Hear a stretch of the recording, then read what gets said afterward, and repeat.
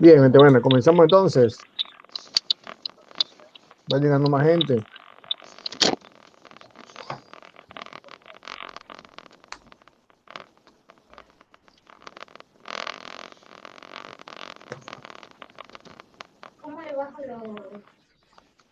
Muy bien, entonces vamos a ver quién comienza. Comienza en la tarde de hoy con este artículo súper interesante. Me pareció muy valioso, primero por el contenido y el contexto que estamos enfrentando hoy. ¿Sí? Y segundo porque, bueno, le soy honesto, a mí me gusta mucho indagar, investigar. Y en estos días, releyendo el artículo que le he colocado para el desarrollo de esta unidad, ¿verdad? Eh, híjole, está un poquito grueso el man. Entonces yo dije, bueno, vamos a tratar de buscar algo que sea un poco más simpático, más agradable para los chicos, no se sientan torturados después. Y bueno, vamos entonces a comentar un poco esta experiencia. Y bueno, creo que se lo pasé por el grupo. No sé quién de ustedes lo ha leído, ¿sí? ¿Quién pudo leer el artículo? ¿Quién me puede hacer un comentario, su apreciación del contenido? A ver, les escucho, cuéntenme.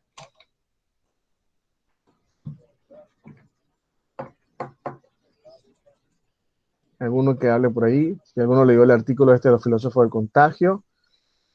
A ver, ¿quiere alguno de ustedes comentar? Si son tan amables, si lo pudieron leer, mejor dicho, la pregunta es, ¿quién pudo leer el artículo? ¿Que me pueda comentar algo? ¿Nadie lo leyó?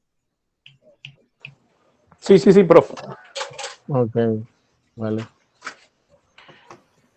Yo ¿Quiere hacer? precisamente, Sí, perdón, perdón, sí, perdón. no, Dale, no, perdón, tranquilo, disculpe, profe. disculpe, adelante. La verdad que me puso a analizar bastante varias partes del contenido. Pues, Ujú. una de las preguntas que me estaba haciendo y que mucha gente se hace es, y mucha gente comenta, por ejemplo, si esta pandemia sacó lo mejor o lo peor del ser humano.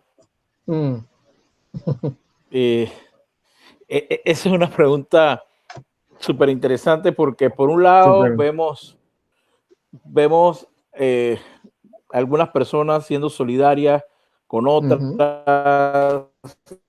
eh, siendo empáticas, llevando comida, acompañándolas en ujú, muchas situaciones difíciles. Pero por otro lado, vemos, por ejemplo, en el tema de la vacunación, en otros países ujú, o en Panamá, o, por ejemplo la clase que tiene plata o pudiente que puede viajar a Estados Unidos ujú. para vacunarse versus los que no pueden viajar y les toca esperar hasta que les llegue su turno. Correcto. Es como un tema de principios. Bueno, si yo tengo el dinero suficiente, no sé, o sea, mi vida vale más que el que no tiene dinero, Ujú, ujú. por Muy bien. ejemplo, que y se comenta, leí también por ahí en un artículo que la OMS Ujú. está haciendo un llamado de atención porque los países pobres, precisamente los más pobres, son los que menos han tenido oportunidad de conseguir vacunas.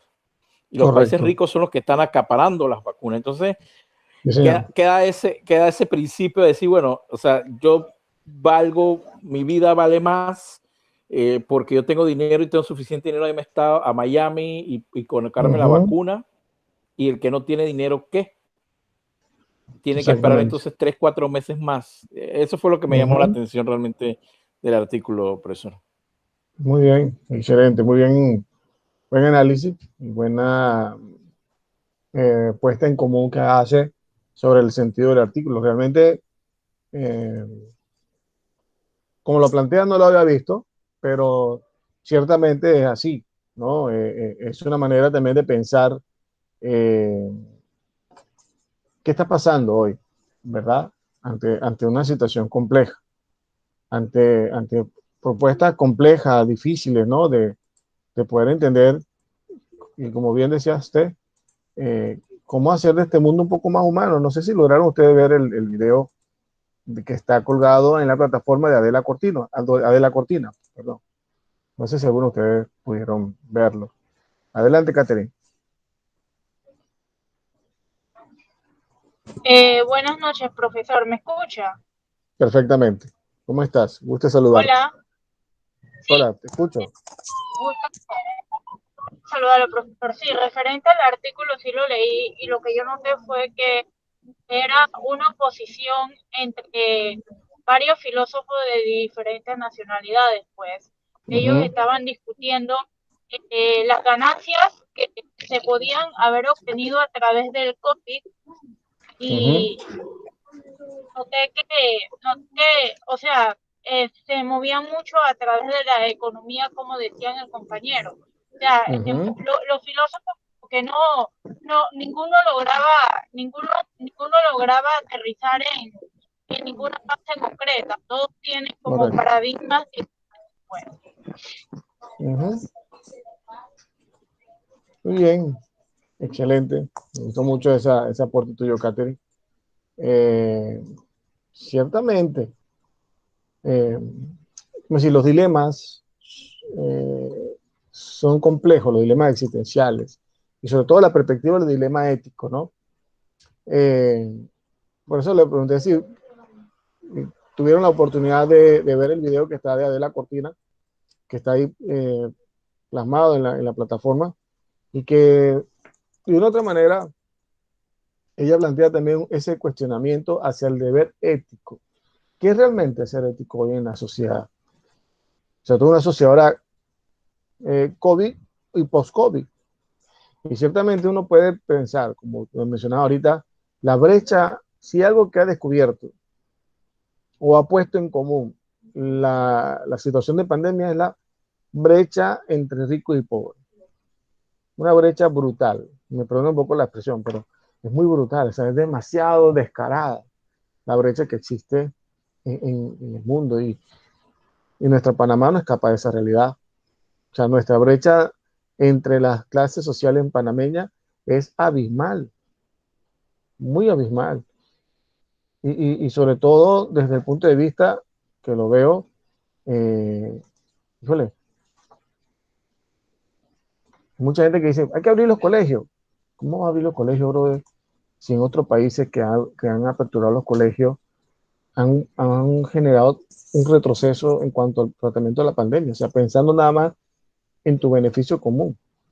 O sea, tienes que ser un poquito más sensato de analizar más. Adelante, el que levantó la mano. Adelante. Bueno, profe, en cuanto a lo que usted menciona de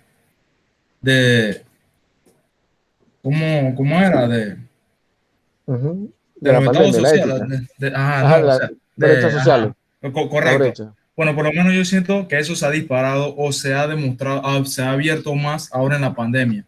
Pero para mí eso Total. siempre ha existido y siempre es algo que he cuestionado bastante. Eso siempre se ha Ujú, visto. El rico tiene ujú, más posibilidades que el pobre y en cambio el rico tiene la oportunidad de darle apoyo al pobre y avanzar uniformemente, pero no, eso en mi parecer siempre se ha visto, ok, ahora con la situación del COVID ha salido más ujú. a relucir, se ha Correcto. totalmente, como usted dice, de una forma abrupta, ya no se disimula, ya uno queda como que, wow, eso era así, eso ha sido así siempre, pero a mi parecer sí ha Ujú. sido así siempre, nada más que ha relucido más ahora.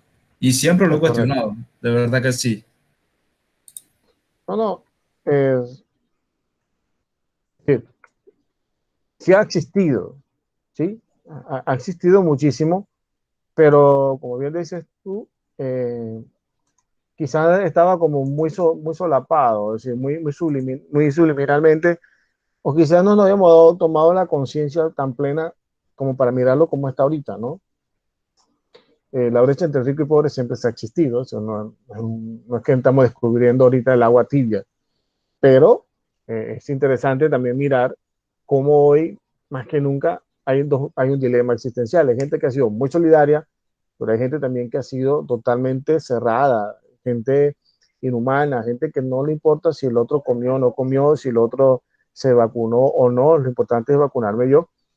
Pero en medio de todo esto y mirando un poco el contexto que me tocó vivir en la tarde, como les mencionaba, nadie escapa de la muerte, hermano. La muerte no conoce estratos sociales. El sufrimiento no conoce estratos sociales. La realidad del sufrimiento y la realidad de la muerte es una realidad que nos toca a todos. Es una situación que incluso en este tiempo de COVID ha demostrado que todos somos igual. Tú puedes tener mucho dinero y gente buena, pero a la final, en este COVID, todos estamos bajo el lecho, o mejor dicho, bajo la lupa de la muerte. Si lo queremos analizar de una manera así cruda y fuerte. O sea, nadie sabe si va a morir o se va a contagiar con esto. Uno trata de cuidarse, pero nadie está libre de esta situación. Nadie. Adelante. Te levantó la mano. Adelante. Sí, profesor, usted tiene toda la razón y mire, yo generalmente no toco estos temas, pero Ajá. sí el COVID lo he vivido muy cerca en mi familia.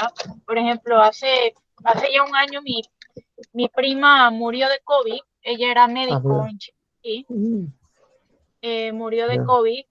eh, a mi pareja también le dio COVID, él es médico, casi se muere. Wow. Y a mi papá, por ejemplo, y a mi madrastra también le dio COVID. Y yo no tenía COVID, pero a mí me dio COVID porque los tuve que cuidar a los dos en la casa. Claro, Y me tocó claro. cuidarlos porque en ese momento no había hospital. O sea, Mm, eh, nosotros estuvimos esperando en la casa durante 24 horas ambulancia y nunca llegaron. wow. Sea, Wow. es una situación, sí es una situación muy difícil y para mí, a mí me tocó afrontarla, como usted dice, con los ojos cerrados, porque yo me acuerdo que yo Ujú. llevaba a mi papá a un hospital privado y a mí me pedían para que mi papá ingresara al hospital $15,000. Wow. Y eso Impresionante. y eso que mi padre tenía seguro privado, pero por- porque él es diabético no le cubría muchas Dios cosas mío. pasar.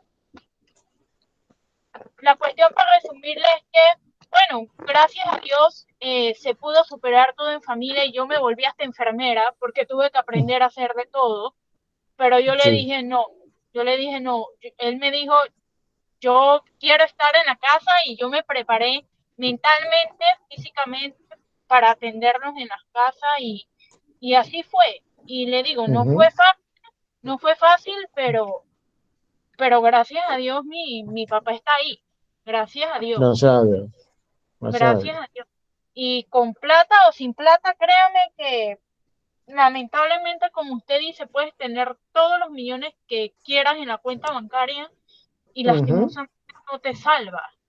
O puedes ser Exactamente. muy pobre y te pueden pagar el mejor hospital y lastimosamente no te salva. Ya es cuestión de De la voluntad decisión divina. de la voluntad divina. Ujú. Sí. Eh,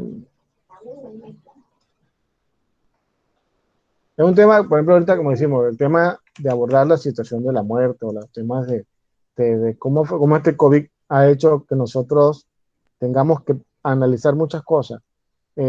Como mencionaba el compañero que inició la reflexión, la cuestión es si realmente después de todo esto seremos mejor sociedad. Esa es la gran interrogante.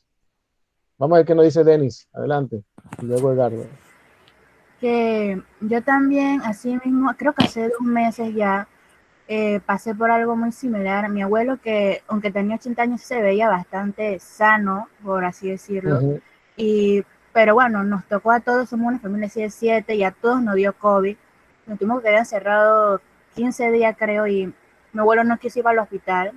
En un principio como que iba bien, pero o sea, de la noche a la mañana se puso mal y pues bueno, lamentablemente eh, murió pero sí fue algo bien impactante y entonces me hizo darme cuenta de lo vulnerable que somos, pues que mi abuelo se veía sano y le tocó y mi abuela también estuvo muy en riesgo, me dejó con una gran lección, o sea, hay que cuidarse.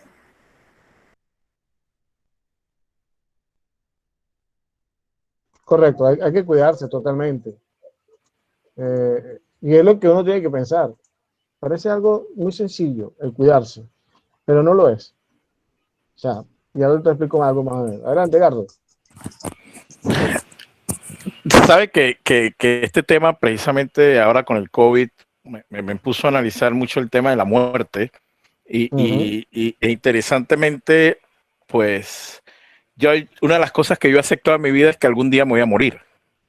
Eso es algo que ya hace años me lo planteé y dije, o sea, puede ser hoy, puede ser un mes, puede ser en 10 años, en 100 años, en lo que sea. O sea, en algún momento, lo único que tienes sabes que va a pasar es que te vas a morir. Pero este tema del COVID me hizo reflexionar un poquito más porque también he tenido experiencias cercanas de muy buenos amigos, unos médicos, otros que no son médicos, pero la pregunta que me vino a la mente y es un poco filosófica, ¿cómo me quiero morir? O sea, ¿cómo me voy a morir? O sea, yo veía y escuchaba y vaya, por ejemplo, toda esta gente del COVID, realmente lo triste a mi concepto es que mueren solos en una sala, o sea, mueren sin que nadie pueda estar ahí al lado de ellos.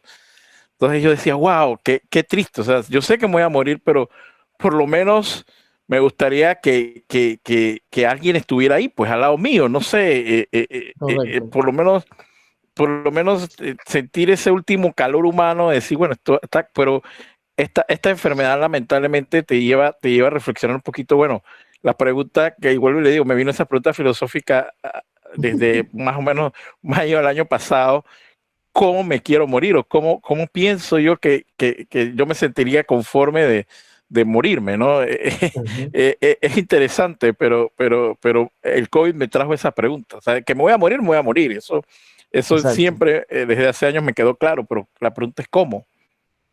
Exactamente.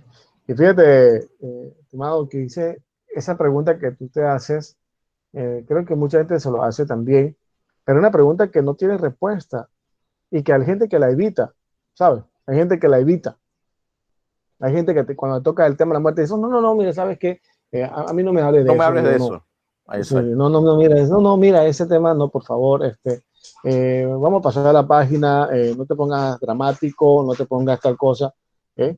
Pero resulta que si hay algo más natural en la vida es la muerte. O sea, digo natural es el hecho que nadie lo va a revertir, es lo que es y punto. ¿Me sigue? Ahora, como bien dices tú, el cómo, y quizá a veces los cómo lo involucramos, bueno, no sé si a ti te pasa, ¿no? Pero eh, hay gente que cuando tocamos ese tema involucra en el ejercicio imaginario de que no me muera un accidente de tránsito, que no muera quemado, que no muera ahogado, o sea, se relaciona con el hecho, ¿no? De cómo. Ahora, la pregunta que yo siempre me he hecho, que me ha acompañado a lo largo de estos tiempos, y después de la muerte de mi madre, que estuvo reciente, siempre me he preguntado algo que aprendí con un monje. Y reflexionando sobre este tema de muerte, en un largo retiro espiritual que hice en un monasterio, estuvimos hablando y tocamos el tema de la muerte, porque es un tema muy, muy, que no, o sea, te guste o no, hay que tocarlo. Y una de las frases que me decía él es lo siguiente, dentro de ese diálogo, él me preguntaba, ¿por qué nosotros le tenemos miedo a la muerte si la muerte, para los que son cristianos o viven su fe en cualquier dimensión, por decirlo, ¿no? Es un paso a la eternidad. Nadie se pone a pensar sobre la eternidad. O sea, no hemos nacido para ser temporal. La eternidad es realmente el espacio donde vamos a estar. Y una de las cosas que él me decía es que tomando las enseñanzas de San Francisco de Asís, San Francisco de Asís llamaba a la muerte hermana muerte. Y al momento yo no entendía, pero fui con los años madurando, como digo, y ahora cuando mi madre murió, lo logré como hacerlo más consciente en mi vida. Él decía, bueno, la muerte no tiene que ser nuestra hermana, no puede ser nuestro enemigo. Y si la hago hermana, la puedo contemplar de una manera diferente, como ya tradicionalmente lo tenemos conceptualizado. Pero él me decía algo muy cierto, y eso lo he tomado como práctica de vida. Cuando te vayas a acostar, no te pongas a pensar lo trágico. Piensa y pídele al Padre en común al Padre bueno, al Dios bueno. Decía, ¿qué tanto, revísate en tu conciencia, qué tanto fuiste feliz y qué tanto hiciste feliz al otro? ¿Cómo lo hiciste feliz? Y allí, si en ese momento de la noche te toca despegar, vas a ver que vas libre, te vas libre de este mundo, decía él. Y él comparaba un poco, hacia la analogía, que uno cuando llega a este mundo, cuando somos bebés, y si usted hace una pequeña revisión, los bebés siempre llegan con las manos cerradas. Entonces se ponen a ver los bebés tienen la mano cerrada, y para uno abrir la manita de un bebé, híjole, cuesta mucho. ¿Okay? Y es lo que decía, venimos al mundo con un propósito y lo tenemos tan resguardado en nuestras manos, que luego que la vida nos llama, nos vamos, partimos de este mundo, morimos con las manos abiertas. Y él expresaba de que una vez que tú concluyas tu paso por esta tierra, por esta etapa temporal, al soltar la mano, te das cuenta que no llevas nada. Físicamente no nos llevamos nada. Materialmente no nos llevamos nada. Nos llevamos las experiencias vividas. Nos llevamos los momentos de amor, los momentos de perdón, pero también los momentos de odio. ¿Eh? Entonces es importante ver cómo me voy cuando estoy en el lecho de muerte con alguien que vivo, cómo me veo, como tú bien decías, cómo voy a morir, en paz o con una carga emocional muy fuerte en mi vida. ¿No? ¿Alguien más iba a comentar? No sé si te ayudé a completar la reflexión que hiciste o te compliqué más la existencia, pero... No. Es exactamente eso lo que me hizo reflexionar en esta pandemia, ¿no? Sí. Más que del hecho en sí de morir o no, es el hecho de cómo, exactamente eso, o sea, en paz, tranquilo, sin carga de conciencia. Sí. Eso es, eso es. Y por ejemplo, a mí el tema de la soledad es un tema que me preocupa, pues, por ejemplo, por eso decía que es triste, por ejemplo, en esta pandemia. A mí más el miedo de morirme o no, era el hecho de morirme solo, de morirme solo en una sala sin que nadie estuviera ahí y que después a las horas llamaran a mi familia, ¿sabe qué? Murió su esposo, murió su papá o murió su sobrino, que sea. O sea, Sí. cada uno creo que tiene algo de eso, ¿no? Fíjate que ahora que tú vuelves a tomar el tema de la soledad, tengo un gran amigo, compañero de camino, él es sacerdote español, jesuita, y nos hicimos amigos por las cosas de la vida. Y él tiene un libro, un gran libro que se llama Bailar con la soledad. Él es sociólogo. Y en ese libro, él plantea la tesis de cómo aprender a bailar con la soledad. Ese es otro tema que le tenemos miedo a la soledad. Y entendemos la soledad como ausencia de. ¿Mm? Pero también está la otra vertiente. Hay mucha gente que puede estar rodeada de muchísimas personas, puede estar rodeada de cosas muy interesantes, pero termina sintiéndose sola. Es interesante eso, analizarlo. Y a mí me ha tocado escuchar casos, acompañar, hacer acompañamiento a personas que yo decía, híjole, pero yo pensé que esta persona era súper feliz porque tiene esto y esto y esto y esto y esto, pero después tu día a la conclusión dice, definitivamente lo material no satisface.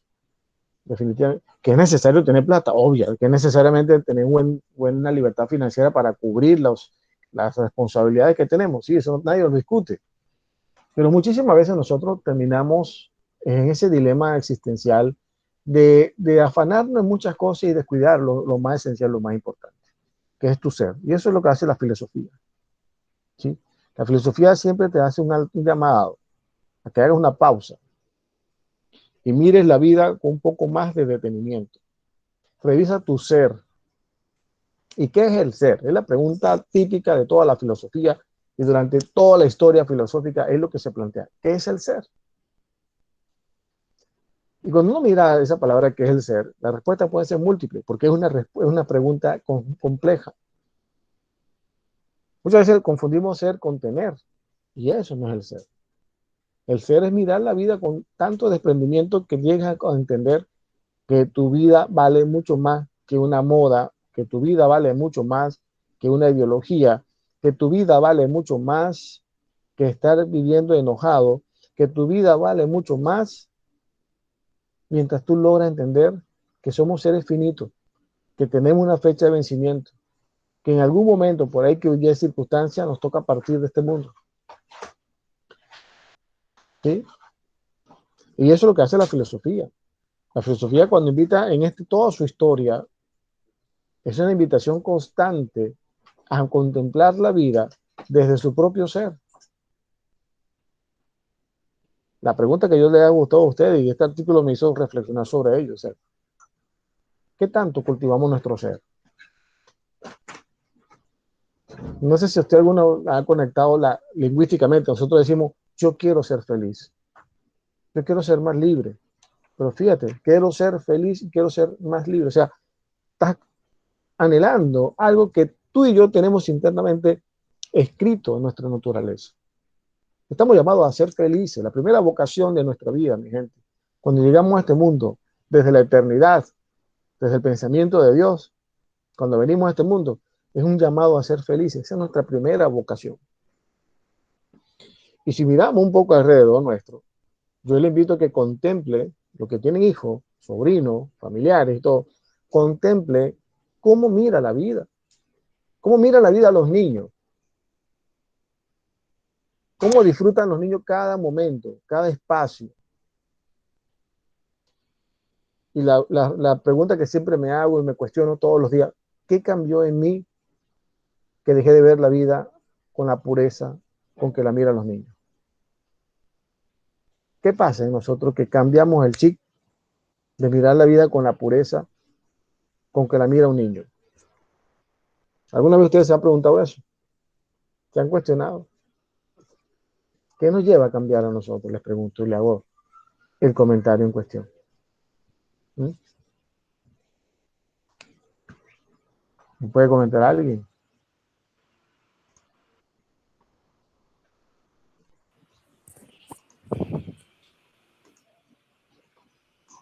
A ver. Es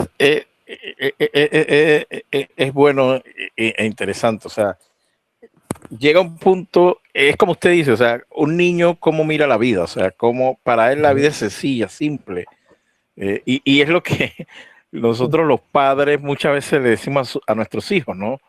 Les decimos, hey, mira, aprovecha ahora porque no tienes preocupaciones, solo tienes que dedicarte a estudiar, no tienes que trabajar, entonces, ¿cuándo se transforma la vida en algo material, el ser en algo material? ¿En qué momento? Esa es una pregunta interesante.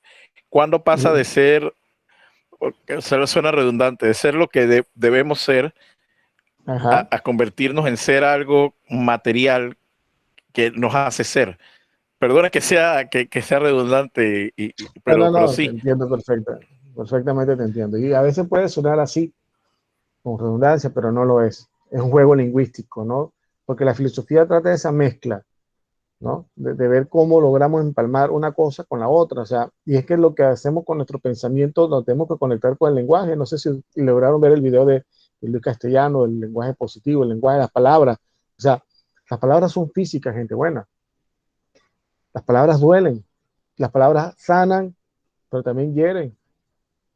Y cuando tú y yo logremos tomar conciencia, tenga la plena certeza, mi gente, y se lo dice este servidor, pues vamos a ver la vida un poco más serena, un poco más liviana, más ligera.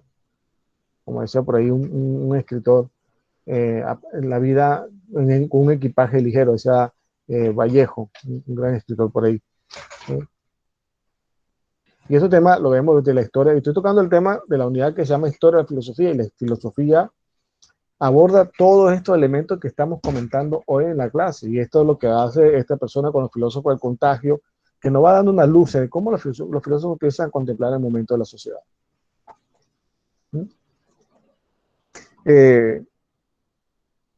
Hay varios filósofos existencialistas, de los cuales yo puedo mencionar, por ejemplo, Jean-Paul Sartre. Sartre es uno de los filósofos que se planteaba o discutía en sus reflexiones filosóficas el hecho de la muerte, el ser de la nada. Igual que Nietzsche. Nietzsche decía, Dios ha muerto. Y no sé si ustedes han visto unas películas por allí en Netflix que son cristianas que hablan de que Dios no ha muerto. No sé si han logrado ver los títulos de esas películas. ¿Alguno de ustedes lo ha podido visualizar? Pregunto. Dios no está muerto, Dios no ha muerto, algo así. Si no lo han visto la película, le animo a que la vean. Y es la antítesis, es decir, lo contrario a lo que afirmaba Nietzsche, que Dios ha muerto. Pero Nietzsche no decía que Dios ha muerto en el sentido vulgar de que todos somos ateos. Nietzsche decía que si el hombre no cree en la trascendencia de comprender que somos seres finitos, entonces ¿para qué hablamos de Dios? ¿Para qué hablamos de la religión? Si ese es el criterio, entonces Dios ha muerto, ¿no? Un poco analizando, y me trajo a colación la lectura a Nietzsche cuando leía este artículo. Y de una u otra manera, si lo miramos de esta forma, por ejemplo, con Víctor Frank, en Víctor Frank nace un análisis existencialista de la visión logoterapeuta y comprender el hecho de la muerte. Es decir, Víctor Frank estuvo al borde de la muerte porque Víctor Frank vivió en los campos de concentración, y entonces él se planteaba esta pregunta que es una angustia existencial: ¿por qué la muerte? Y él recogía, Víctor Frank hizo también este análisis, de recoger toda la tradición filosófica que ha entendido la filosofía de la muerte. Kant, Levinas, Heidegger, Hegel, o sea, todo de una manera lo confrontamos a este hecho y al hecho de la soledad. Si tú y yo nos miramos un poquito, nos contemplamos un poquito, hay varios, podríamos usarlo, no sé si podemos usarlo de cierta manera, hay varias pilares de la existencia de la cual a ti y a mí nos genera mucha angustia, que es la felicidad, la muerte, la soledad, la libertad y algo importante: ¿quién soy yo? Si lo contemplamos a nuestro alrededor, de nuestra circunstancia, podemos mirar entonces que tú y yo tenemos una tensión constante. Algo que decía Kierkegaard, filósofo Kierkegaard: hay una tensión existencial constante. Siempre estamos en una tensión. No hemos terminado de asumir una experiencia de felicidad cuando empezamos a pensar qué pasa si me sucede tal cosa. ¿Cierto? Okay. ¿Alguno quiere aportar algo? A ver, tomate un momentico para plantear otra cosita por acá. ¿Alguno quiere plantear alguna inquietud, algún aporte? Gente buena. ¿Nadie? ¿Se logra ver en pantalla el video? ¿Está ahí? Sí, profesor. Ok, listo. Gracias.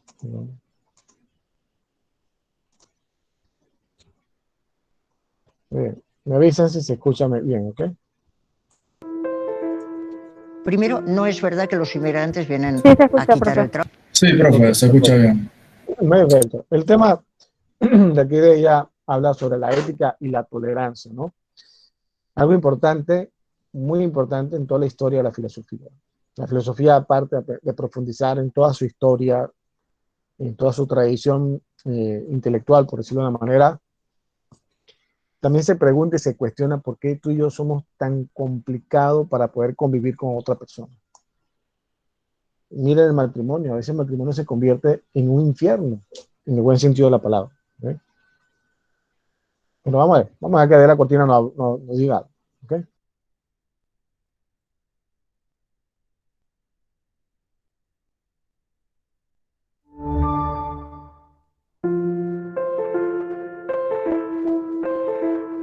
Primero, no es verdad que los inmigrantes vienen a quitar el trabajo, con lo cual, para empezar, es un bulo, y un bulo siempre es una patraña.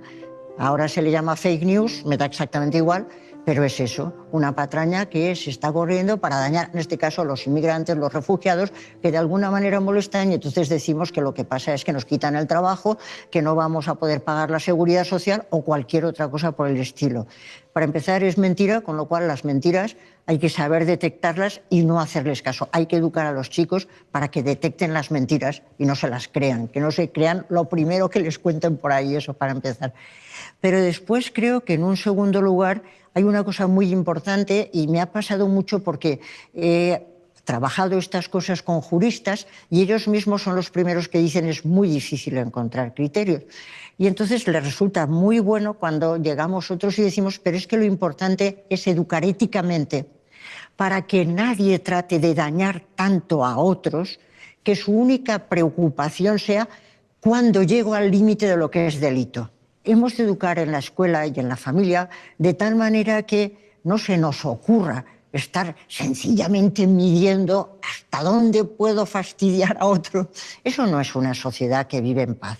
Entonces yo creo que el problema de libertad de expresión y delitos de odio se resuelve con ética, con una ética de la ciudadanía que no quiere dañar a otros, precisamente porque se da cuenta de que son dignos.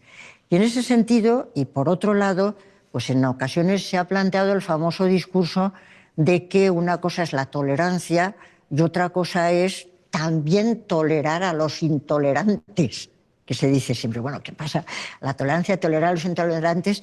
Yo antes hablaba del respeto activo. Ahí hay que distinguir dos cosas muy claramente. A las personas hay que respetarlas siempre, a las personas. Otra cosa son sus opiniones. No todas las opiniones son respetables, ni muchísimo menos. Las opiniones se tienen que ganar el respeto. Y lo que no se pueden tolerar son las opiniones que no son respetables. Entonces hay que ser tolerante con las personas que son intolerantes, pero no con sus opiniones, claro, no con sus puntos de vista, no decir, es una opinión y por lo tanto, ¿las mujeres son inferiores a los varones? Bueno, es una opinión. No, por favor, es una barbaridad. Pero por eso tenemos que hacer la tarea ética y tenemos que hablar mucho en las sociedades de esto en voz alta y argumentar y desvelar juntos qué es lo que nos parece que efectivamente sí es respetable y qué no lo es ya. Porque si no, al final, cada quien dice lo que se le ocurre y parece que es todo igualmente valioso. Pues miren, ¿no? Hay una resistencia, incluso biológica, a estar cerca del que es un tanto diferente. Y eso es en todo este tipo de diferencias y ha hecho posible la misoginia, el racismo, el antisemitismo y todo ese tipo de fobias que conocemos. Entonces es muy difícil estar dispuesto a reconocer que la otra persona, que tiene otra tendencia, que tiene otra religión, que tiene otra cultura, que tiene otra clase social, es exactamente igual que tú. Es una dificultad enorme. En todos los países, por supuesto, resulta difícil, eso es claro. Pero en España nos resulta muy difícil el aceptar al que es algo diferente y a dar el paso de decir, voy a intentar aprender de esa persona qué es lo que tiene su cultura que no tiene la mía, qué es lo que tiene su religión que no tiene la mía, qué es lo que tiene su tendencia. Es muy difícil, yo creo que es una de las grandes asignaturas pendientes que se encuentran en la escuela, se encuentran en la sociedad, pero claro, si no empezamos desde la escuela y la familia va a ser muy difícil luego, porque el pluralismo es una riqueza. Así mismo. Es un lujo, es una riqueza que hay que potenciar y hay que mantener. Una cultura, una sociedad en la que todo el mundo piensa igual, todo el mundo tiene el mismo color, todo el mundo tiene... es aburridísima. Y sin embargo, no sabemos aprender la riqueza de la diferencia. La gente lo dice, hay que la diferencia. No, no, no. Vivirla es dificilísimo. Porque nos vamos al esquematismo, los buenos y los malos, ¿no? Por favor, eso es muy simple. Hay que intentar integrar de tal manera que los chicos se den cuenta de que son iguales en dignidad y además diferentes en unas aportaciones de las que pueden aprender y que les pueden empoderar, porque pueden salir ganando mucho más que si siempre están con los de su mismo estilo. Eso está vivo en la escuela y palmario y hay que ofrecerlo como una oportunidad de enriquecimiento claramente, ¿no?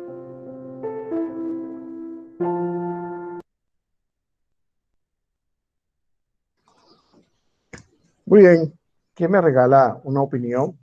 ¿Quién me da su visión de lo que acaba de decir la filósofa Adela Cortina, perdón? A ver, adelante. En cuanto a la diferencia, Me encantó cómo lo puso la señora, jamás lo había visto de esa perspectiva, que si no fuéramos todos diferentes, si todos fuéramos iguales, totalmente algo fuera totalmente aburrido. Y me agradó, nunca lo había visto de esa perspectiva, jamás. Y es verdad, porque al todos ser diferentes, uno aprende de los otros y así las opiniones son diferentes, las personas son diferentes, el feliz alegra el triste, el alegre le quita lo amargado al que está molesto y de verdad que, y lo aburrido, a nadie le gusta lo aburrido. De verdad que no, se vuelve monótono, se vuelve algo que no aporta nada bueno. Y me encantó la perspectiva que le puso la señora a ese tema. Me dio algo diferente. De verdad que escuché algo diferente por primera vez. Qué bueno escuchar eso. Qué bien. Adelante, Mel. La verdad es muy cierto lo que la filósofa dice, porque hoy en día solo queremos ver, como dicen, a lo que está a primera vista.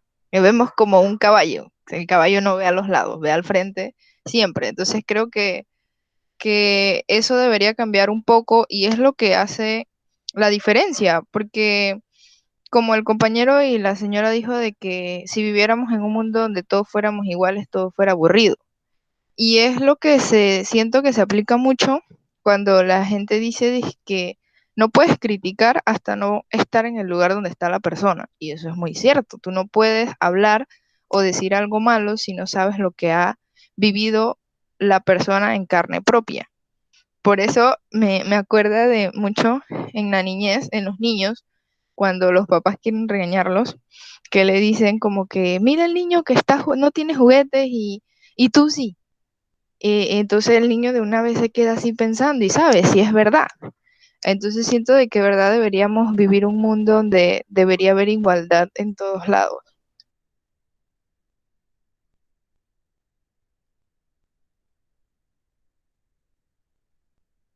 Está silenciado, profesor. El micrófono Perdón, apagado. perdón, perdón. Eh, lamentablemente, los prejuicios vienen y vienen de la casa, que es lo más triste, mi gente. Bueno, los prejuicios que tú y yo nos hemos formado es por los sistemas de creencias que nos han colocado en la casa.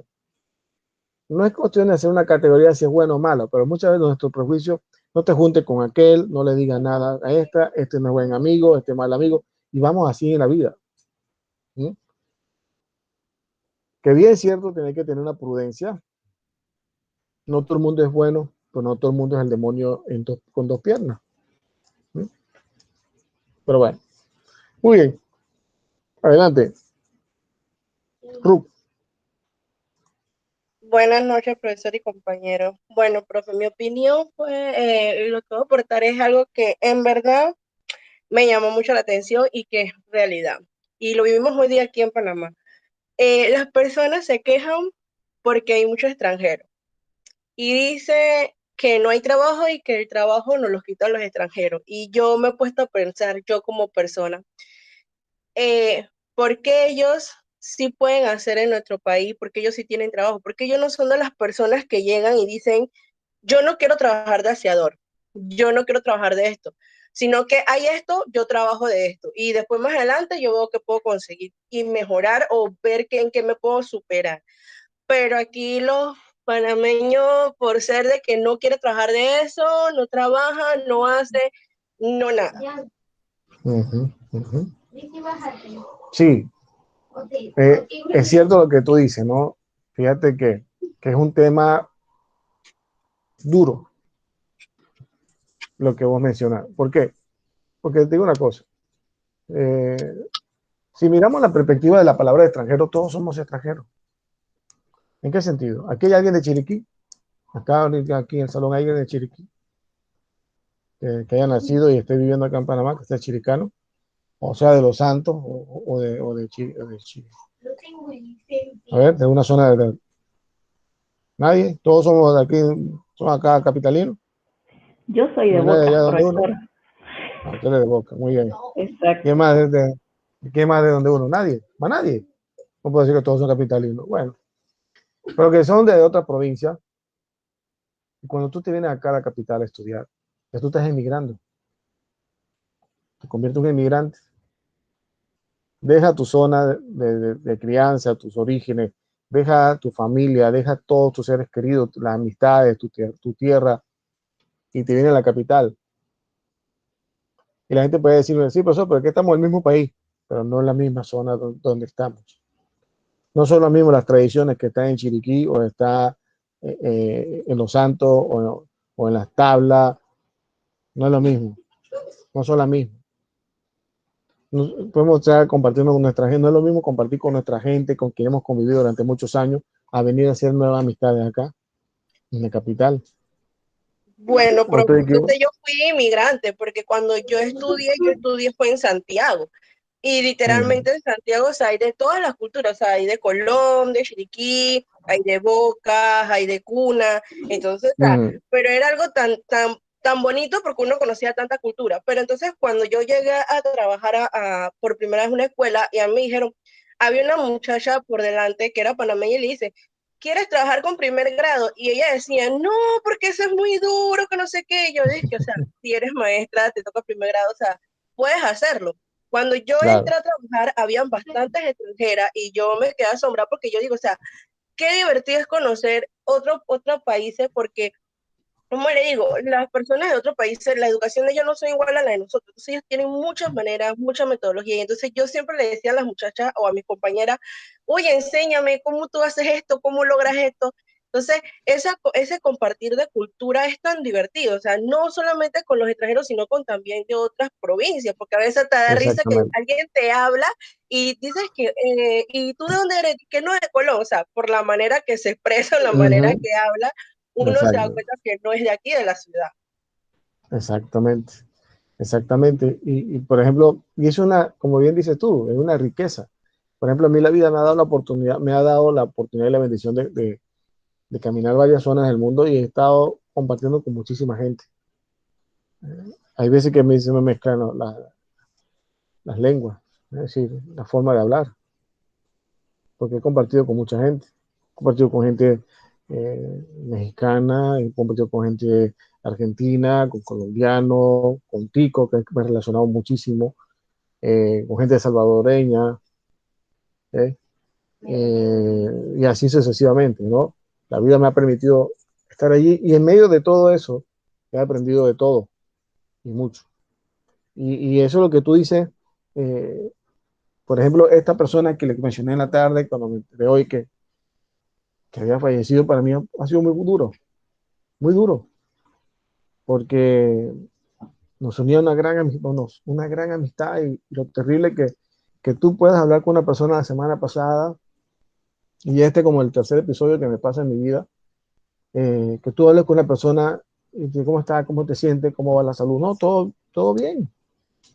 Y de repente de la nada te dicen el viernes, mira, están ingresando a fulano en el hospital, tiene un problema con la respiración, con tal, y uno, bueno, está bien, bueno, vamos a orar por él y tal. Y ahorita amanezca, te digan, mira, ¿sabes qué? En la tarde dicen, no, sí, lamentablemente falleció. Tú te quedas así como que, "Sí, pero ¿qué pasó?". Hicimos un trabajo en común hermosísimo en nuestra comunidad religiosa, muy buena, excelente. Y ese trato, sobre todo cultural, de la diversidad cultural, una persona a quien siempre lo voy a recordar.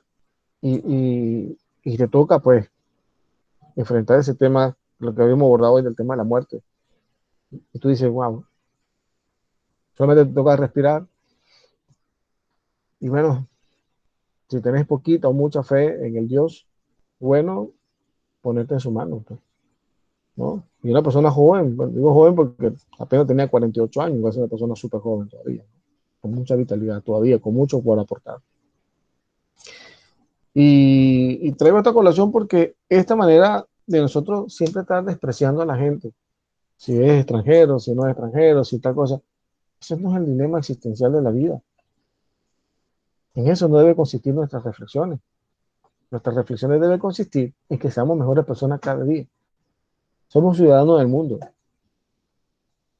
Eso es nacionalismo, bueno, yo soy más nacional que el otro, es un absurdo.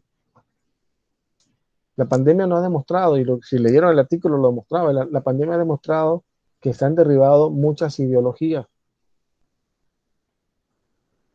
El mayor nacionalismo, ¿te querés ser buen nacionalista? Entonces ser mejor ser humano, ser mejor ser ciudadano, ser mejor esposo, esposa, mejor hermano, mejor hijo. Marca la diferencia allí donde nos cuesta mucho. ¿Sí? ¿Alguien más quiere aportar algo?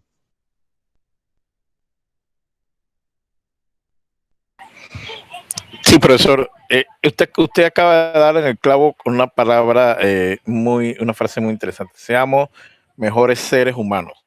O sea, al final del día, yo creo que la nacionalidad o el lugar donde naciste siempre va a ser circunstancial. O sea, es relativo en el sentido de que tú dices, bueno, hay panameños buenos, hay panameños malos, hay colombianos buenos, hay colombianos malos, hay argentinos buenos, hay argentinos malos.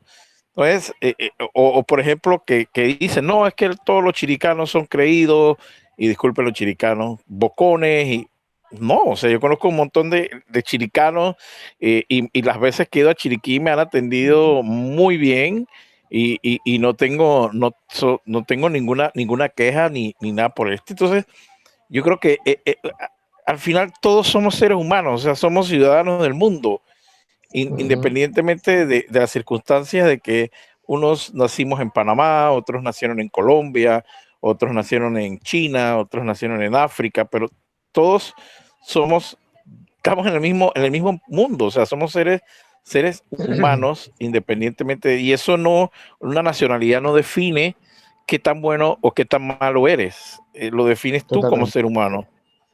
Totalmente. Ese es mi aporte, ¿no? No, y concuerdo mucho contigo. Concuerdo mucho contigo.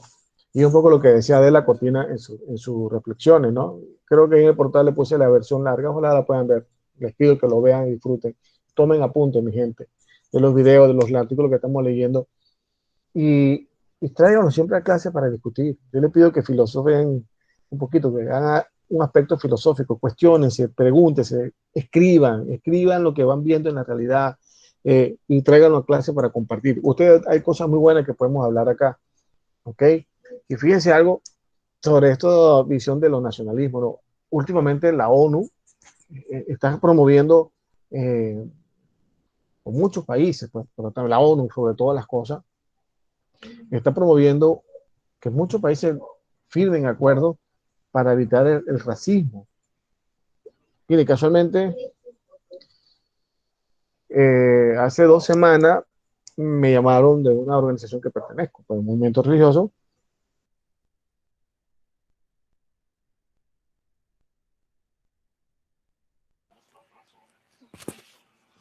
Se silenció, profesor. Ah, caramba, disculpe. Les repito, ¿no? Yo le invito a ustedes, mi gente, que analicen el video de Adela, véanlo. Les animo a que hagan un poco de filosofía todos estos días que nos faltan, los pocos días que nos faltan ya de clase, pero traten de ver la perspectiva de la realidad más allá, de cuestionarla. Cuestiónense ustedes mismos, o sea, ¿cómo estoy asumiendo yo esto? Y las ideas que les salgan de su valiosamente, cópienlas, escríbanla. No dejen perder esa frase que le viene, esa inspiración, por decirlo de una manera, cópienla, mi gente buena. Valoren cada una de sus formación. Desde ahorita, los nacionalismos se han venido abajo. ¿Por qué? Porque, fíjense, ahorita la ONU está promoviendo, que los países firmen acuerdos en contra del racismo, en contra de la discriminación. Señores, ya hay muchas situaciones difíciles en el mundo para seguir hablando de que tú eres bueno, yo soy mejor, tú eres peor y nada. Esta pandemia hoy necesita, y como iniciamos con este artículo, lo que decían, necesitamos humanizarnos más, humanizar nuestras relaciones personales, nuestra propia vida interna. Tiene que ser más humano. Ustedes que van a estudiar psicología y que están empezando este mundo fabuloso de la psicología, sea una psicología humanista. Ayuden a humanizar los procesos emocionales y existenciales de las personas. Vamos a atender una sociedad, una generación de jóvenes con mucho vacío existencial. Y eso a mí me preocupa mucho. Ojalá me equivoque, pero los pocos que conozco, hay mucho pelado. Mire, le voy a contar una pequeña anécdota que me hace reflexionar mucho. Últimamente leo por Twitter gente que te dice, padres que dicen, bueno, mire, que hay que abrir los colegios porque los muchachos tienen que ir para la aula porque se están volviendo locos, porque no están estudiando, no están aprendiendo. Yo les pregunto a ustedes, y respóndame con toda la honestidad. ¿Usted cree que esto sea verdad? ¿Que los chicos se están volviendo locos, que los muchachos no están aprendiendo nada? ¿Ustedes sienten que no están aprendiendo nada? Contésteme con toda la honestidad. Bueno, profesora, yo ayudo a mis sobrinas con las clases virtuales y no sé si es por las edades que tienen 6 y 8, pero ciertamente ellas no prestan atención. Totalmente. Y entonces, o sea, uno se tiene que poner enfrente de ellos. Yo como me molesta mi hermana, la mamá de las niñas de tía Luchona, enfrente de ellas para que presten atención y a cada ratito traqueándole los dedos, ey, la maestra está enfrente, ¿a dónde estás? Pero al final creo que es que no sé, yo creo que se distraen igual mucho en la escuela también. Y Exactamente. creo que todavía más porque hay otros niños y yo pienso que recomendable para niños de primera a sexto grado, lo mejor no sería volver a la escuela, porque por ahí hay varios chistes de que se van a estar cambiando las mascarillas y quién sabe qué otras cosas van a inventarse. Ya de repente los Y, chicos de secundaria, algo por el estilo, pero un niño de primaria es imposible en este momento que regrese a la escuela. y créeme que Así lo sea, hacen. O sea, y créeme que lo hacen, en cambio de mascarilla, lo hacen con la mejor, dentro del marco de la mayor inocencia. ¿Ok? Dentro del marco de la mayor inocencia. Sigue, disculpa, sigue. sí, bueno, yo en lo personal prefiero, no sé, pues agarrar lucha yo aquí y saber que ellas de repente están más seguras, así le tenga que preguntar 50 veces con qué letra empieza moto, pero están mejor en la casa, pues yo siento que de repente también los papás, como digo, yo en este momento no estoy trabajando, los papás están muy saturados, los abuelos están irritados, mi mamá ya no puede ver una computadora, profesor, ella piensa que eso va a explotar. Está tan irritada que yo le he dicho, no, mira, yo voy a vigilarlas, no te preocupes, porque todavía yo digo que como no tengo hijos y la edad y demás, me da como un grado más de paciencia, pero yo de ninguna manera recomendaría de que los niños volvieran a la escuela. Sería una locura. Total. Y bien buen aporte lo que dices, ¿no? Interesante. No sé si Ru iba a conversar o Mel, que tiene la mano levantada. Sí, profesor. La verdad opino de que para los niños de primaria no es recomendable, la verdad, que vayan al colegio por la inocencia que tienen de querer compartir, porque la verdad a ellos también le afecta tanto encierro, y eso es cierto. Siento que ahora Exacto. que abrirán esto, se le hace mejor a las personas que están de premedia en adelante, lo que es cuarto, quinto y sexto año, porque en mi caso, yo salí de sexto año el año pasado y para mí fue horrible tener que aprender tantas cosas que son necesarias hoy para lo que viene, porque la verdad uno piensa no son necesarias, pero sí lo son y son indispensables. Y siento que Total. esos son los grados en los que se debe priorizar de que regresen a clases, porque ahí es donde tú decides qué quieres ser, ves en tu entorno, qué quieres ser cuando seas grande, qué quieres experimentar, qué te llama la atención al ver, qué clases te llaman la atención, porque lo que se comete hoy en día el error es de escoger una mala carrera, que es lo que más se escucha y no es perder el tiempo, sino que uno mismo se siente mal de que ¿por qué no elegí bien a la primera? Y yo digo Exacto. que eso es lo más importante para esos grados. Y respecto a que no se enseña bien, yo digo de que sí se puede aprender, pero muchos profesores se le hace difícil poder explicar o buscar la manera de explicar atrás de una computadora. y muchos Total. no encuentran la manera y ahí es donde uno tiene que poner el esfuerzo. Por lo menos hablo en base ya a personas que tenemos conciencia y razonamiento de las cosas, porque sí es difícil, pero ya uno sabe buscar. Sin embargo, sí es Total. comprendible en que los niños se les haga más difícil distraerse, Ujú. porque es verdad que en la escuela lo que ellos más quieren es ir a jugar. Y es válido, que es válido. O sea, no están haciendo nada que rompa la norma. Es su naturaleza, es su espacio y lo necesitan. Adelante, ¿qué más? Profesor, ahí contestándole a Mel, me gustaría preguntar, por ejemplo, bueno, yo soy padre eh, Ujú. de dos viejos ya, 19 y 21 años. Así que ellos están viejos y yo todavía no. Pero me pregunto, Mel, sí, ¿y qué pasa cuando los papás nos quejamos y le decimos a nuestros hijos, o te decían, por ejemplo, es que te la pasas metido en la computadora? Ajá, ¿Ok? ¿Y qué ajá, pasa ahora que tienes que estar metido en la computadora estudiando entonces?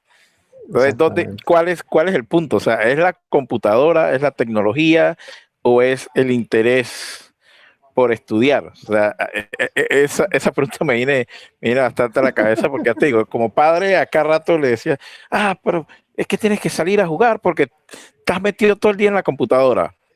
Ajá, Ahora, ajá. y ahora que tienes que estar metido en la computadora, ¿qué? Ahora se volteó la tortilla. Sí, sí, Exacto. eso es cierto porque en mi caso, por lo menos ya yo siento que tengo raciocinio de saber cuándo y cuándo no usarlo.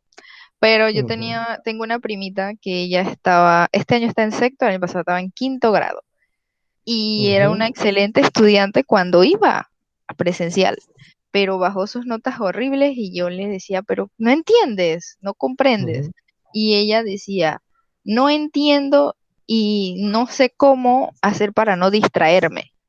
Porque mm, antes a los niños se les decía, bien, te doy 3 horas para usar o 2 horas para usar el teléfono y ya no lo usas más, porque ya hiciste todas tus ujú. tareas. Entonces Exacto. ahora a los niños tener el poder es como que lo tengo y en algún momento que no me están viendo lo puedo usar. Entonces ahí es donde ahora esa es como la estrategia. Pero siento de que ahora hay que tener más supervisión con los niños a la hora de hacer las tareas porque de verdad que es más peligroso en ciertos casos. Totalmente, totalmente. Fíjate que lo que decía Carlos, yo escucho muchos jóvenes y esculeo también por ahí por las redes que la gente dice, no, que no aprende y tal. Y yo, bueno, pero cuando estabas conectado y estamos en la presencialidad, te aburrías. Entonces te sumergías en los teléfonos porque te sentías aburrido de la clase presencial. Ahora que no la tenés, también te sientes aburrido y la extrañas. Es los vacíos que tenemos todos los seres humanos. Cuando tenemos algo, nos quejamos. Cuando no lo tenemos, igual nos quejamos. O sea, vivimos bajo la premisa de la queja, pero las ausencias de las cosas a veces hay que tomarla en cuenta. Y es a veces, no sé, creo yo, que esto que estamos viviendo hoy como pandemia es lo que necesitamos a veces entender, que nosotros no podemos vivir en la vida como las olas del mar, a veces en alto, a veces en bajo, estar enfocado en la vida. Yo en estos días leí un artículo sobre la sociedad japonesa y siempre me ha llamado la atención cómo estos señores logran, vamos a decirlo así, un poco el equilibrio, ¿no?, de la vida, ¿no? He visto mucho gente de Japón con una lozanía, o sea, con una juventud, y tú le preguntas la edad y tú dices, wow. Pero ellos equilibran las cosas. Nosotros a veces vivimos con un afán de quejarnos de todo. Si tenemos tiempo, porque tenemos mucho tiempo. Si no tenemos tiempo, porque no tenemos tiempo. Si estoy en la casa, porque estoy en la casa. Si no es porque no estoy en la casa. Y así vamos todo el momento. Y se vamos haciendo la vida de forma muy relativa.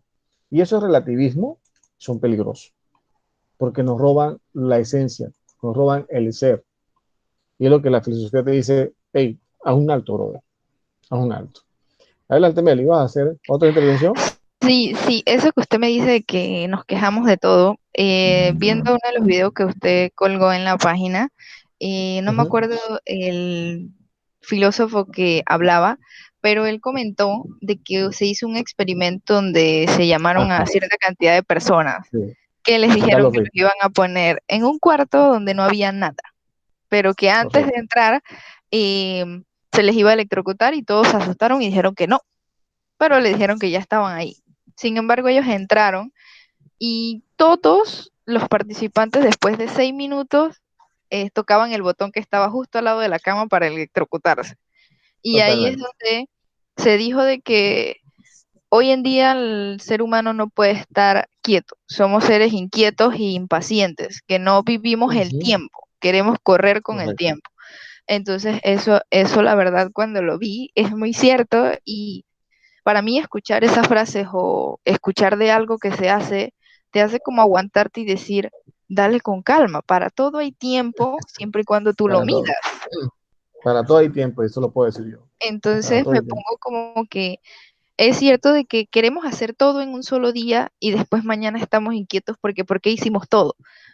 Ujú, ujú. Y entonces es bastante contradictorio todo lo que somos y es bien difícil. Totalmente, totalmente. Adelante, Nicole, ¿qué quieres comentar?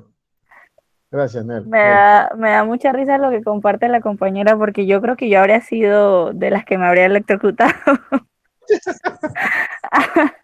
Sí, porque y trato como de mantener la calma, de respirar, pero es que es como un ocio, un sentimiento de no sé, no puedo estar desocupada, necesito ir a hacer algo. Eso fue hace un par de meses, ¿no?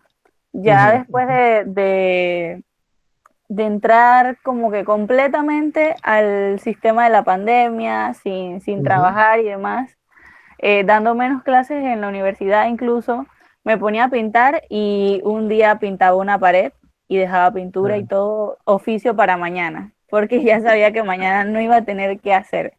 Y con lo que decía la compañera del tema de las carreras, la verdad es que Ujú. sería muy bueno que orientaran más a los chicos cuando están a punto de graduarse, porque por Totalmente. lo menos yo salí de la escuela ya hace un par de años y no sé, pues no tuve como la oportunidad de que se me orientara y digo, yo quizás en ese momento tampoco puse mucho de mi parte, me, me ubicaron de la práctica profesional en una empresa y esta empresa Ujú. me pide que empiece la universidad y yo no tenía ni la menor idea de qué estudiar. Entonces Ya. empecé a buscar psicología, eso fue hace 5 años. Empecé a buscar psicología y me pedían estar graduada de bachiller en ciencias y yo era comercio. Mm, Entonces, como el sí. trabajo me estaba presionando, sí, hace 5 años quizás era así, ya no. Mm, Y yo ya. dije, yo no voy a tomar otro bachiller para tomar una carrera universitaria. Voy a agarrar cualquier licenciatura. Es la peor cosa que yo he podido hacer en mi vida, Literal. porque Totalmente. estudié algo y la terminé como por pura honra, profesor, Mm. pero nada, al final terminé en psicología años después. Bueno, lo que es lo que es. Así es sencillo. Ya. Lo que es Y, para uno, te voy a tardar un poquito, pero llega. Adelante, Mel. Adelante. y es cierto lo que dice la compañera que sobre lo de quedarse quieto, porque por lo menos al principio el año pasado para mí fue un horror, porque yo sí soy de las personas que me gusta estar de aquí para allá y de allá para acá, pero cuando cojo break, pero me gusta estar en muchas cosas, aprender, y cuando llegó y yo no podía hacer nada y me la pasaba durmiendo, llegué a un límite donde yo dije, no puedo más, ya voy a entrar en un colapso y ahí es donde de verdad que mucha gente no supo cómo saber hacer algo, incluso creo que el año pasado se aumentó bastante lo que son los trastornos de ansiedad y depresión, Vale. porque ya no había Ujú, nada que hacer y se subieron bastante los porcentajes de esto. Entonces ujú. siento que orientarnos a nosotros mismos a hacer bastantes cosas ordenadamente es muy bueno. Totalmente. Totalmente. Y fíjate que lo que están dicho es algo valioso. Y desde el punto de vista filosófico, esto de la pandemia, bueno, un poco lo que estábamos analizando con Cristian ahí, pues nosotros podemos contemplar algo. Cuando logramos tener quietud, la quietud no es simplemente el estar como una momia. No, la quietud se va logrando en la medida que yo voy soltando, como bajando algunos ventanas, no cerrándolas. Pero el mayor miedo que tú y yo tenemos, y digo todos, ¿no? es confrontarnos con nuestra propia con nuestro propio vacío existencial.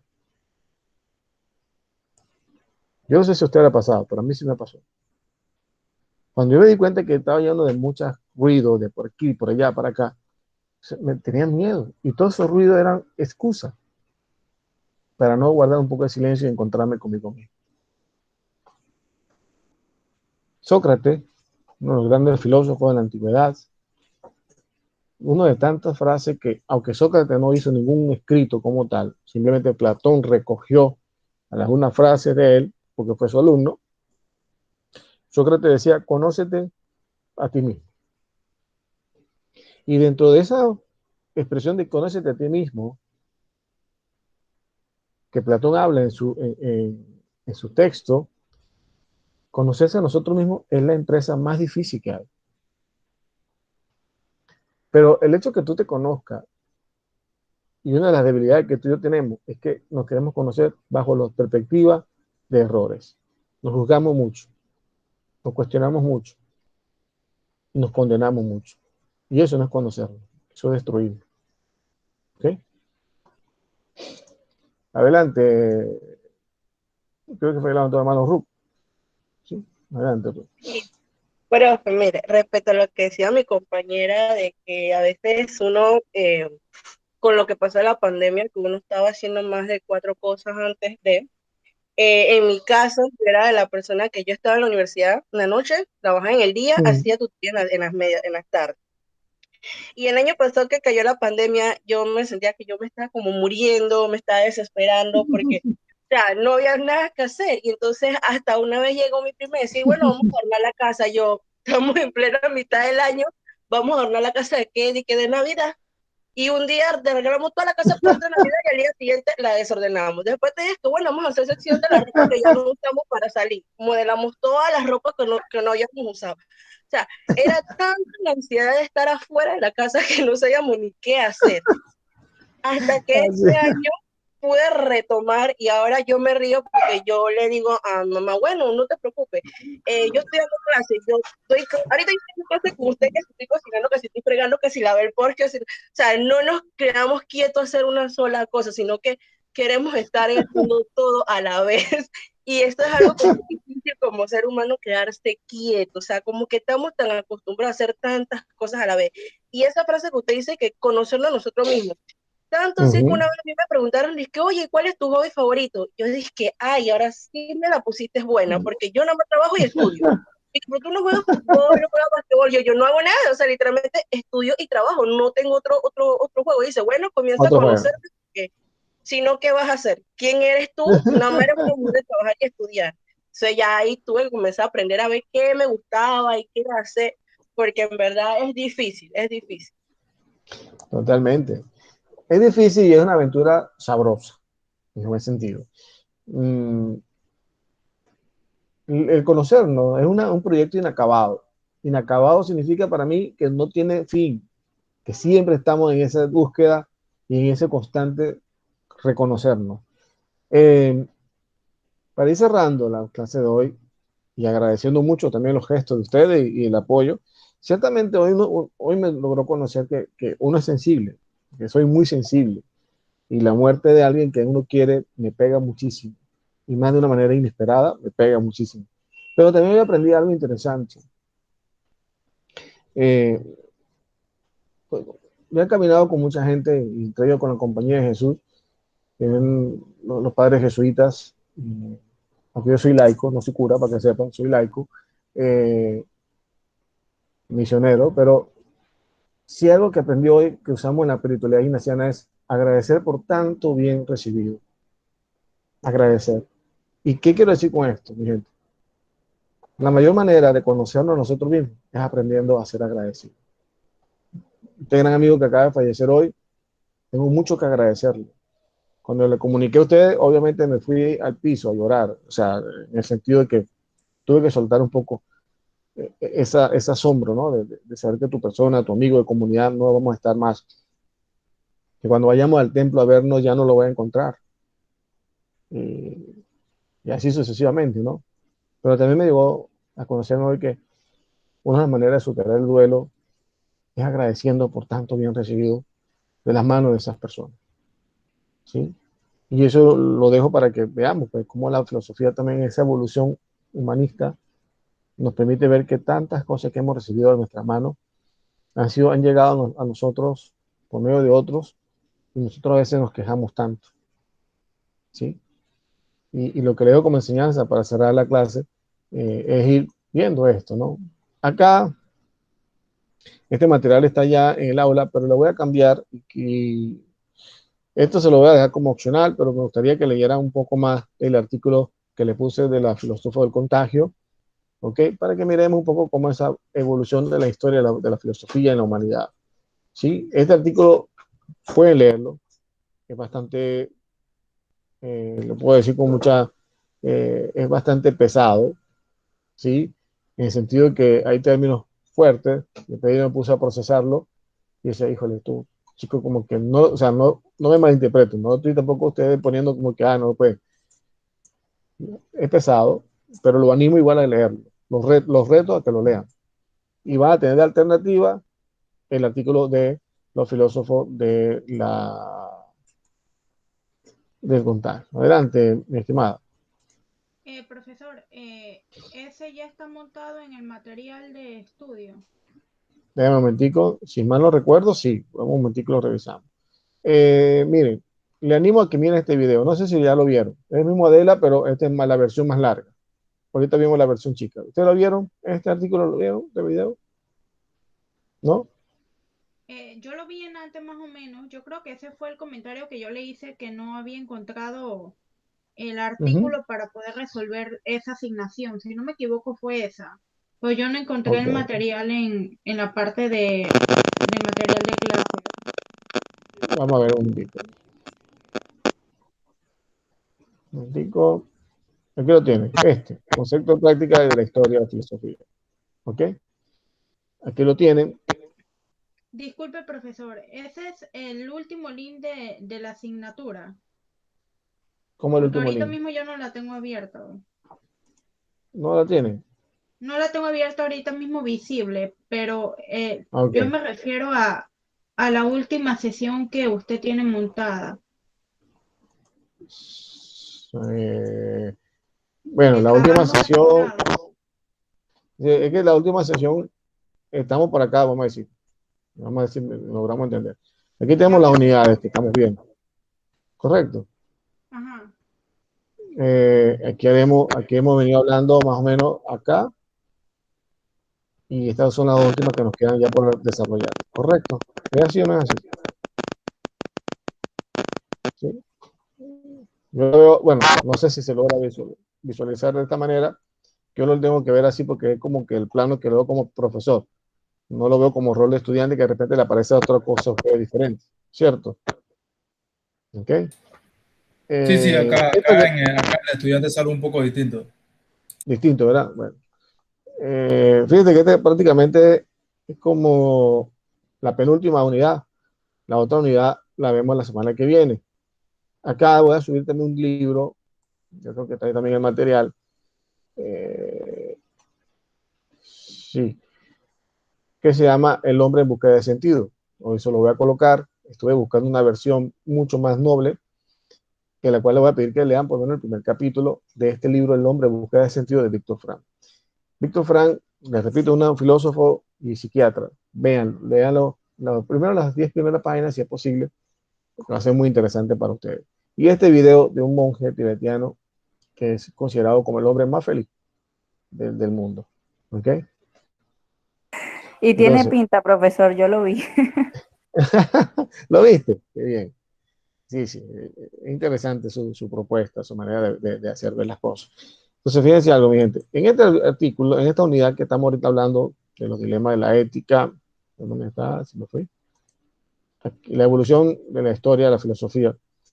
La opción está este material, yo se lo estoy diciendo ahorita, es muy bueno. Bueno, para mí como filósofo me apasiona leerlo, pero quizás para alguno que no está muy eh, familiarizado le puede costar. Por ejemplo, me acordé entonces encontré este artículo de los filósofos del contagio. Aquí le estoy pidiendo, mi gente, bueno, que ustedes hagan un mapa, a ver, un mapa conceptual. Le doy libertad para que hagan el mapa conceptual o del artículo del concepto práctica de la historia de filosofía, o del artículo del filósofo del COVID, o del video de Adela Cortina. Le doy esas 3 opciones para que ustedes los realicen, el mapa conceptual, de lo que ustedes quieran, del tema que ustedes quieran. Mi invitación muy personal es que traten de hacerlo de lo que ustedes han logrado para la primera hoy. Por ejemplo, mi estimado me hablaba de la muerte y la soledad. Bueno, tocan esos temas que a veces no lo abordamos. ¿Cómo lo harían ustedes en esa perspectiva? Pero no toquen el tema de una manera trágica. Vean un poquitico los pros y los contras. ¿Qué nos beneficia podernos nosotros preparar la muerte, por ejemplo? ¿O en qué nos beneficia a nosotros como la soledad? Podemos bailar con la soledad, como dice José María Olaizola.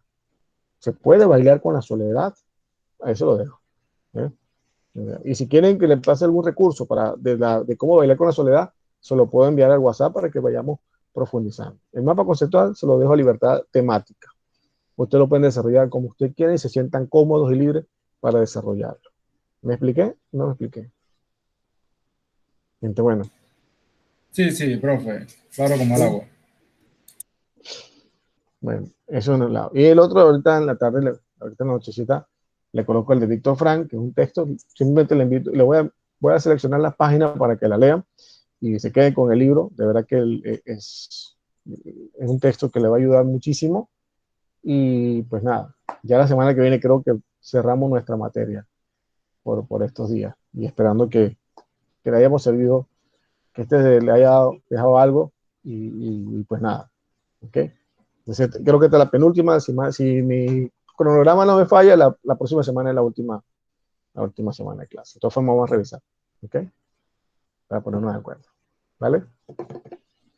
¿Alguna duda, alguna pregunta, algún aporte que quieran hacer? ¿Qué se llevan de la clase de hoy? 1 o 2 personas que me digan qué se llevan de la clase de hoy.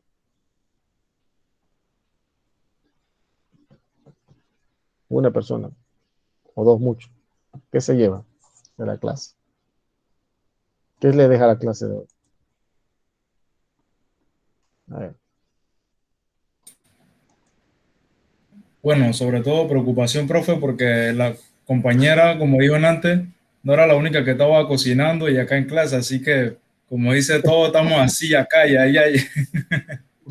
No, profe, no. Dejando el relajo fuera, sí me llevé sobre la muerte y la soledad, los 2 temas que esto sobre bailar con la soledad, que no es tan mala como uno la ve y también de verle el lado bueno a la muerte. Así que, Totalmente. sí. Totalmente. Le puedo decir, mire, despedir a mi madre no fue nada fácil. ¿Ok?